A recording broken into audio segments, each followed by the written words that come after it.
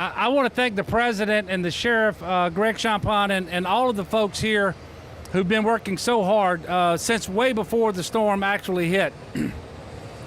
This has been a tremendously devastating storm with catastrophic damage. And I will tell you that the people have been tested, but we have good, resilient, faithful, decent people in Louisiana who inspire me. And I know that they're doing tremendous work here in St. Charles Parish, especially the first responders. And so I want to start it off by thanking them. I also want to let everybody know that the president is going to be visiting the state on Friday. He accepted my invitation. We're happy to have him here because I think getting eyes on the damage in person, rather than reading about it, rather than hearing about it, rather than seeing it on TV, is really important, because this is going to be a marathon and we're going to need a lot of help from our federal partners for a long time to come, and we need some of that help immediately. And so getting them down Friday so we can have those conversations with him directly. And I will tell you, we've had a great working relationship with our federal partners, to include FEMA, to include the Coast Guard and others. I just want to put out a little bit of information today so that people can help us to help them.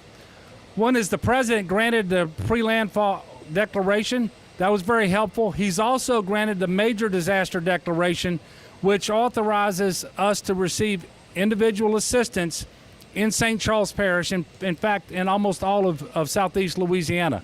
But people have to register in order to take advantage of that. And so I'm going to encourage people to register for assistance. You go to disasterassistance.gov, or you can call 800-621-3362. Already, there have been more than 204,000 people in Louisiana register for this assistance, and FEMA has already made available $73 million. Both of those figures are records. FEMA has never gotten to that number of registrants this fast after a storm. There's some other things that you can do to help. We announced earlier today that through the Corps of Engineers, FEMA has authorized Blue Roof.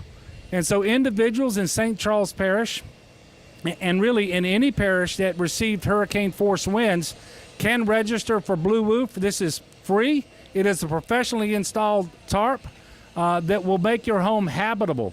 And to register for the program, we're asking that you go to blueroof.us. You have to fill out a questionnaire, and you'll have to give a right of entry authorization. And you can also call 888-ROOF-BLUE.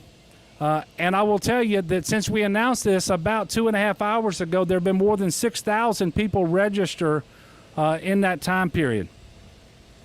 Currently, we have sheltered in about 32 shelters across the state of Louisiana, about 2,655 individuals.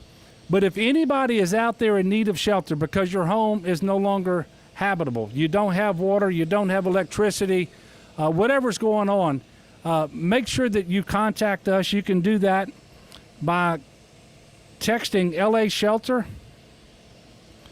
to 898-211, or you can call 211. There's an awful lot of work that has to go on in order to get people's lives right side up again. We know that electricity is a big part of that. I know it's hard, it's hot, it's humid. The storm was just came through a couple of days ago. I can tell you people are working extremely hard. The infrastructure has been very heavily damaged, and it's going to take some time. I know that Entergy and others are doing their very best. There was some good news today, and it's limited, and I don't want to exaggerate it. We started off today with more than 1 million homes and businesses without power. I think, as last I heard, there were about 12,000 businesses and homes that were powered up. But that was a feed that came out of New Orleans East, and it does have the potential to get to this area relatively soon. The problem is there's a lot of damage to the distribution system here, and we're trying to make sure that it's able to take that power as soon as possible. I know you're going to get a briefing from Entergy in just a few moments. I just want to encourage people to be patient. It is very hard to sustain life in St. Charles, Louisiana right now, and that's true for all of southeast Louisiana. The water system is really poor. Electricity is non-existent. Communications actually started getting a little bit better today.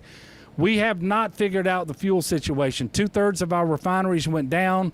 There are very long lines for limited gas and diesel. We are working on that. Our federal partners are working on that. I know there's a congressional delegation call.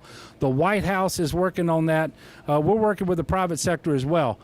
We don't have that figured out yet. I'm very optimistic that we're going to have some positive announcements soon.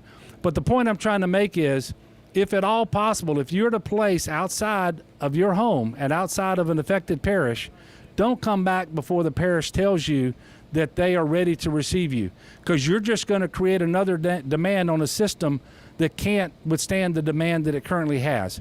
And our hospitals are really in a difficult place right now.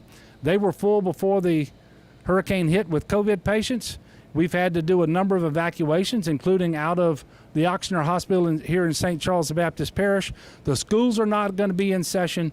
So if you can stay where you are, please stay where you are and take your directions from your parish, and call your Office of Emergency Preparedness if you have any questions about that. I can tell you that the offices here in St. Charles Parish and in most of Southeast Louisiana state offices will be closed at least until the Tuesday following Labor Day. And so state workers should look at the list there to make sure they know whether they are going to be going back to work tomorrow. I think I'm going to stop here because I know we've got a couple of congressmen. I want to thank them for working so hard. And I want to thank the sheriff and all of the first responders. We've got the entirety of the National Guard, and we have people coming in from out of state, from other National Guards, and we're going to end up with over 10,000 soldiers on the ground. We have law enforcement officers. Obviously, everybody in Louisiana is mobilized, but we've got them coming, state troopers and sheriff's deputies coming from out of state. We've got more linemen on the ground right now than at any point in Louisiana's history to restore electricity. This is a nationwide effort. And so I want to thank everybody for their work. I want to thank our congressional delegation.